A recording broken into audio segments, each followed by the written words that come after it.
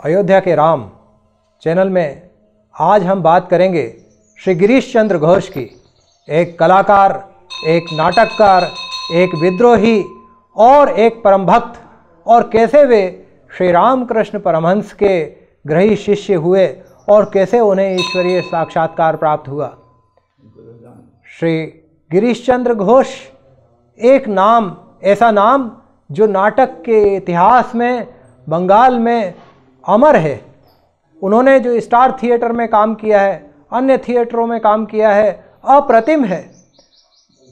पूरे दिन, घंटों, महीनों किसी विषय का अन्वेषण करना, उसका अध्ययन करना, उसका निचोड़ निकालना और उससे फिर नाटक को लिखना और उसमें स्वयं भाग भी लेना, ये श्री रामकृष्ण देव के शिष्य श्री गिरीश चंद्र घोष ने इसको पाया अपने जीवन में। यानी उसको एकाग्रता रखना, किसी भी कार्य में एकाग्रता रखने की जो उनकी शक्ति रही, वही उनको ईश्वर के पास ले जाने में सार्थक सहयोगी सिद्ध हुई।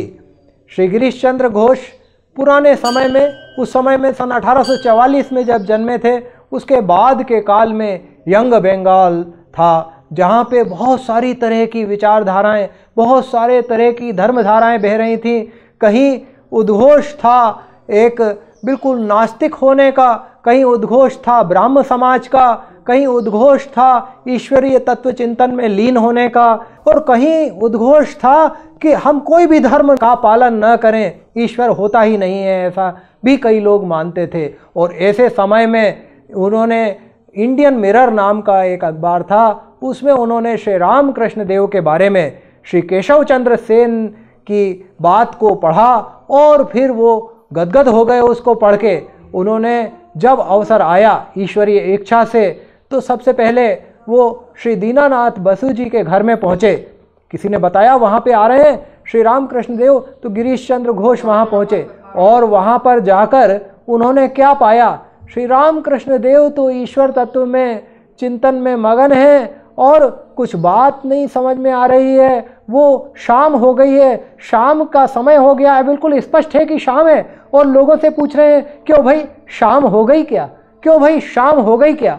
इन्होंने सोचा अरे बहुत हो गया, ये कैसे परमहंस हैं जो शाम हो गई है, सबको सामान्य को पता है, बच्चे तक को पता है, और ये पूछ रहे हैं शाम हो गई, बहुत हुआ, चले आए। उसके बाद कई वर्षों बाद बलराम बोस जी के घर में वे पहुँचे। वहाँ पर पहुँचे, उनको भाव तो बड़ा दिव्य लगा, उनको बड़ा अच्छा लग रहा था। इसी बीच में एक कोई पत्रिका के संपादक वहाँ पहुँचे और उन्होंने कहा कि चलो चलो चलो बहुत हुआ, और ये जाना नहीं चाहते थे, लेकिन उनके कहने पर ये चले आए।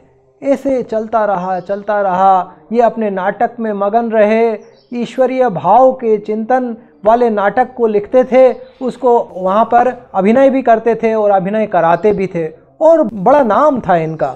तो जब ये फिर आगे चल के कहीं फिर स्टार थिएटर में काम कर रहे थे, वहाँ चैतन्य लीला नाम का नाटक इन्होंने लिखा था और उसका अभिनय होने ही जा रहा था। इतने में किसी ने बताया कि श्री रामकृष्ण देव वहाँ पर आए हुए हैं, क्या उनको भी टिकट खरीदना होगा। इन्होंने कहा नहीं, उनको टिकट नहीं खरीदना होगा, लेकिन बाकी जो लोग आए हुए हैं वो उनको टिकट खरीदना होगा। ठीक है, जाके उनको बॉक्स में बैठाया गया, एक व्यक्ति को पंखा झलने के लिए लगाया गया, और वहाँ पर जाकर श्री रामकृष्ण देव ने चैतन्य लीला देखी। और लेकिन गिरीश चंद्र घोष अपने चले गए, घर चले गए। उन्होंने कहा कि ठीक है, देख रहे हैं, अच्छा है, देखने दीजिए। और श्री रामकृष्ण देव ने कहा चैतन्य लीला देख के, जो इसमें नकल में दिख रहा है वही असल है। तो नाटक इतना जीवंत होता था कि बिल्कुल वही चैतन्य लीला। और श्री रामकृष्ण देव तो दिव्य हैं, संत हैं, ईश्वर कोटि के हैं, अवतार हैं, वो जानते हैं कि चैतन्य लीला में जो हुआ वही गिरीश चंद्र घोष ने दिखाया है। स्थान बदल गया है और लोग कोई और उसको अभिनीत कर रहे हैं, लेकिन सत्य वही है, वही हुआ है।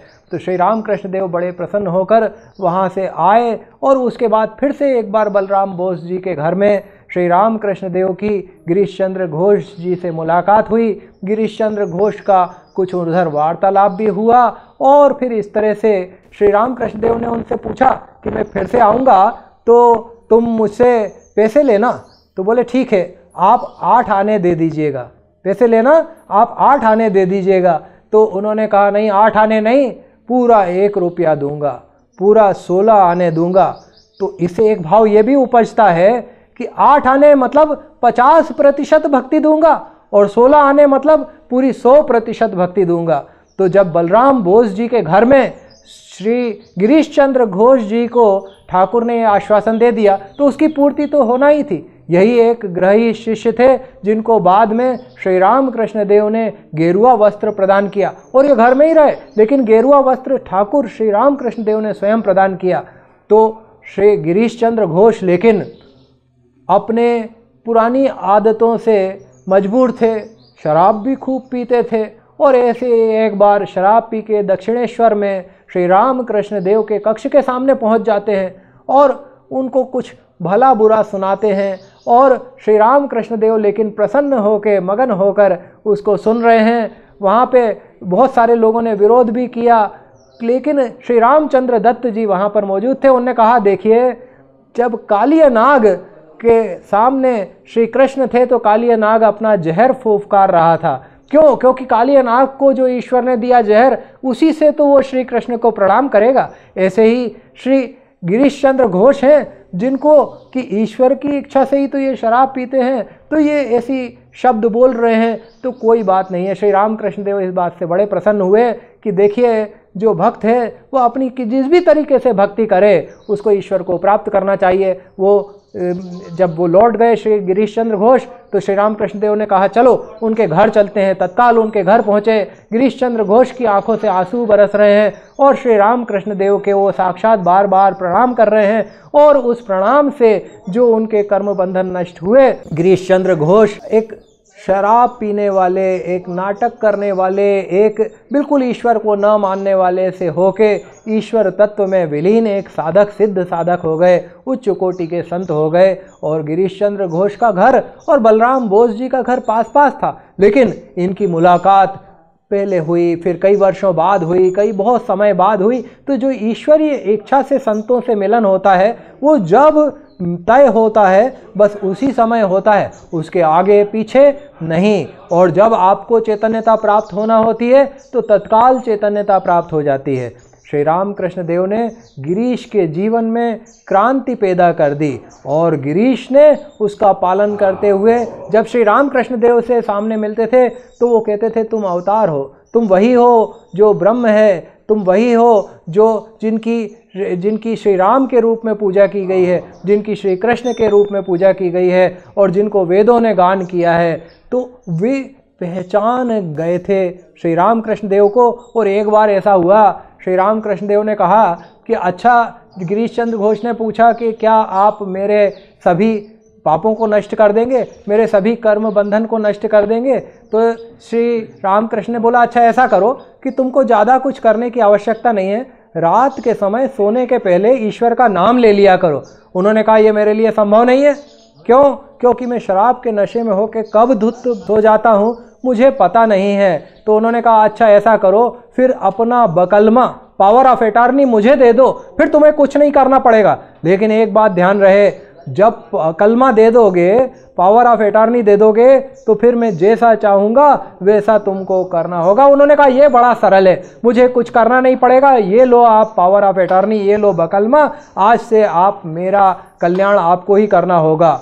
गिरीश चंद्र घोष जी ने बाद में श्री ठाकुर श्री राम कृष्ण देव के जाने के बाद अपने अन्य साथियों के साथ बताया कि देखो मुझे को उस समय ये पता नहीं था कि बकलमा देने का ये परिणाम होगा, मैं अपनी इच्छा से कुछ कर ही नहीं सकता। जो श्री राम कृष्ण देव चाहेंगे, जहाँ ले जाएंगे, जो कराएंगे, वही सब मैं करता आया। तो गंगा के घाट पर ईश्वर का दर्शन करना, ईश्वर से साक्षात्कार करना, माँ काली की कृपा प्राप्त करना, ये गिरीश चंद्र घोष के लिए श्री राम कृष्ण देव की अहेतु की कृपा से ही संभव हो पाया। ऐसी कृपा सभी को प्राप्त हो और वैसी कृपा जिसमें कि तन्मयता भी बनी रहे। जैसे जब माँ भवतारिणी के सामने वहाँ पे पूजा चल रही है और पूजा में फूलों की माला बना रहे हैं श्री मथुर बाबू की सास रानी रासमणी, जिन्होंने दक्षिणेश्वर मंदिर कलकत्ता में बनवाया, उनको श्री राम कृष्ण देव अचानक चांटा मार देते हैं। हंगामा हो जाता है कि रानी को चांटा मार दिया छोटे ब्राह्मण ने, श्री रामकृष्ण देव ने, लोग आते हैं दौड़े हुए, रानी कहती है नहीं इनको कुछ मत कहो। इन्होंने बिल्कुल ठीक किया, क्योंकि माँ काली के सामने बैठ के वो क्या सोच रही थी, मेरा फलाना मुकदमा है उसमें क्या निर्णय होगा।